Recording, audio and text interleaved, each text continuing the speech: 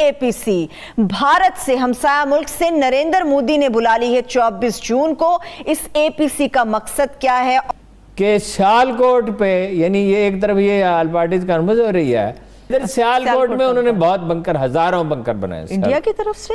जी India ने बनाए हैं, हमारी सियालकोट वाली सरहद पे बिल्कुल वाज़ेह है।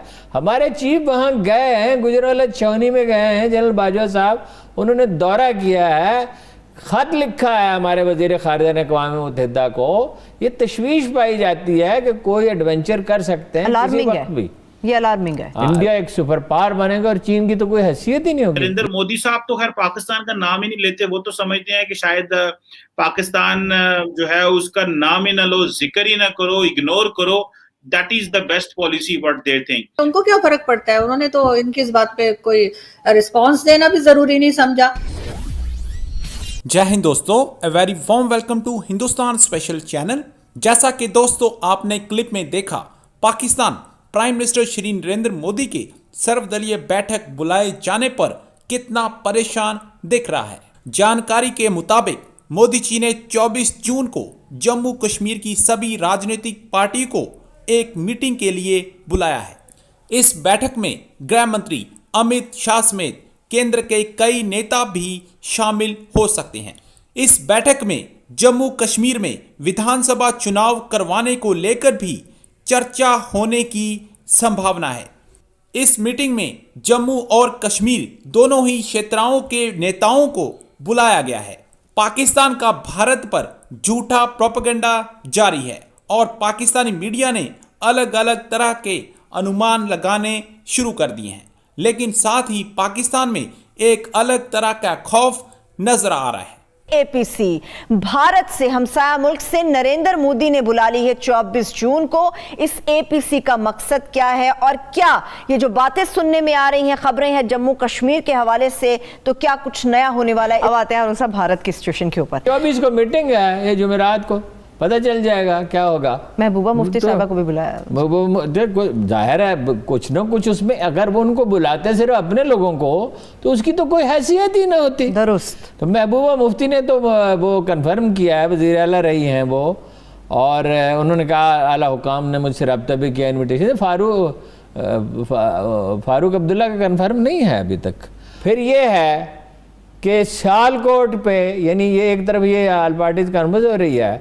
अच्छा, देखिए ये जो टोला है ना, मोदी, अजीत शाह, अमित शाह, अजीत दोवल और बपन रावत कहता है एक वक्त में चीन और पाकिस्तान को शिकस्त दे सकता। अच्छा, इधर सियालकोट में उन्होंने बहुत बंकर, हजारों बंकर बनाए इंडिया की तरफ से। जी इंडिया ने बनाए हैं, हमारी सियालकोट वाली सरहद पे बिल्कुल वाज़ेह है। हमारे चीफ वहाँ गए हैं, गुजरात छावनी में गए हैं, जनरल बाजवा साहब, उन्होंने दौरा किया है, खत लिखा है हमारे वजीर खारजा ने अक़वाम मुत्तहिदा को। ये तशवीश पाई जाती है कि कोई एडवेंचर कर सकते हैं किसी वक्त भी। ये अलार्मिंग है। मतलब ये है कि वो तो हमें, देखिए वो एलान, उसमें कोई शुबा तो नहीं है ना। वो अजीत दोवल की तो सब लोगों ने वो फिल्म देखी है जिसमें वो कह रहा है कि तालिबान की सरपरस्ती करेंगे, बलूचिस्तान को तोड़ देंगे, कितने उनके लीडर कह चुके हैं 4 हिस्सों में तकसीम करेंगे। वो तो देखिए जब करने पे आएंगे तो उस वक्त इस धमकी का तो खैर, इसमें बड़ी बड़ी बातें करने का क्या फ़ायदा है। उनको पता चलेगा कि पाकिस्तान आर्मी क्या है और पाकिस्तानी कौम क्या है। मशरकी पाकिस्तान तो एक बिल्कुल अलग सिचुएशन थी ना, उसमें भी इंडियन आर्मी अगर दाखिल ना होती तो नहीं हो सकता था। उसमें तो गलतियाँ की, फौज के सरबराह ने भी जो आदमी था। देखिए ना, ये एक बड़ा डायलमा है पाकिस्तान की तारीख का कि हर वो आदमी जिसे इख्तियार हासिल होता है वो जाते हुए बाद औकात एक कमज़ोर आदमी को चीफ ऑफ आर्मी स्टाफ बना देता है, वो प्रॉब्लम पैदा करता है। यूब खान ने ये किया और बहुत से लोगों ने ये किया। इंडिया एक सुपर पावर बनेगा और चीन की तो कोई हैसियत ही नहीं होगी। ये ख्वाब अज़मत है ना। अच्छा, और उन्होंने भी वहाँ तनसीबात बना ली हैं, वो छोड़ने के लिए तैयार नहीं है, ये डिसंगेजमेंट चाहते हैं। इधर आपका क्या ख्याल है कि जब वो गिलगित बल्तिस्तान को फतह करने की बात करते हैं तो गिलगित बल्तिस्तान खुदा न खास्ता मेरे मुंह में खाक फतह हो जाए तो सीपैक कहाँ गया? चले ब्रेक से वापस आके इस पे बात करेंगे। नरेंद्र मोदी साहब तो खैर पाकिस्तान का नाम ही नहीं लेते, वो तो समझते हैं कि शायद पाकिस्तान जो है उसका नाम ही ना लो, जिक्र ही ना करो, इग्नोर करो। that is the best policy what they think. So जो पाकिस्तान की लीडरशिप है, इसको जो पॉलिटिकल लीडरशिप है इमरान खान साहब की, ये तो बड़े हक में थे टॉक्स के। शाह महमूद कुरैशी साहब ने सारी रुकावटें पैदा की इंडिया के साथ ट्रेड खोलने की, तो फिर इट मीन्स कि जो मसला है वो तो हमारे अंदर भी मसला है कि हम भी चीजों को आगे लेके नहीं जाना चाह रहे, या फिर ये कि बैक चैनल चीजें चल रही हैं लेकिन फ्रंट पे बस ये दिखाओ कि नहीं कोई बात नहीं हो रही, कोई कुछ नहीं हो रहा। हाँ सर, लगता तो यही है कि बातचीत चल रही है लेकिन फ्रंट पे इसी तरह का रवैया रखे हुए हैं। और वैसे भी एक चीज होती है ना कि जो आपको पता ही है कि अगले ने नहीं माननी है, बार बार अगर दूसरे से आप बात कर रहे हैं और अच्छे से पता है, जैसे बहुत बार रिश्तेदारों में आपस में होता है ना कि वो थोड़ी कोल्ड वॉर चल रही होती है, पता होता है उनके घर में फंक्शन है लेकिन हमें नहीं बुलाना, तो हम पहले ही कह देते हैं हम तो जाएंगे ही नहीं, वो कहते हम बुला कब रहे हैं। तो वो यहाँ पे वही सिस्टम है कि वो हम जी बड़ा सख्त रवैया कर लिया इन्होंने कि जी 370 आएगी तभी हम बात करेंगे। उनको क्या फर्क पड़ता है, उन्होंने तो इनकी इस बात पे कोई रिस्पॉन्स देना भी जरूरी नहीं समझा।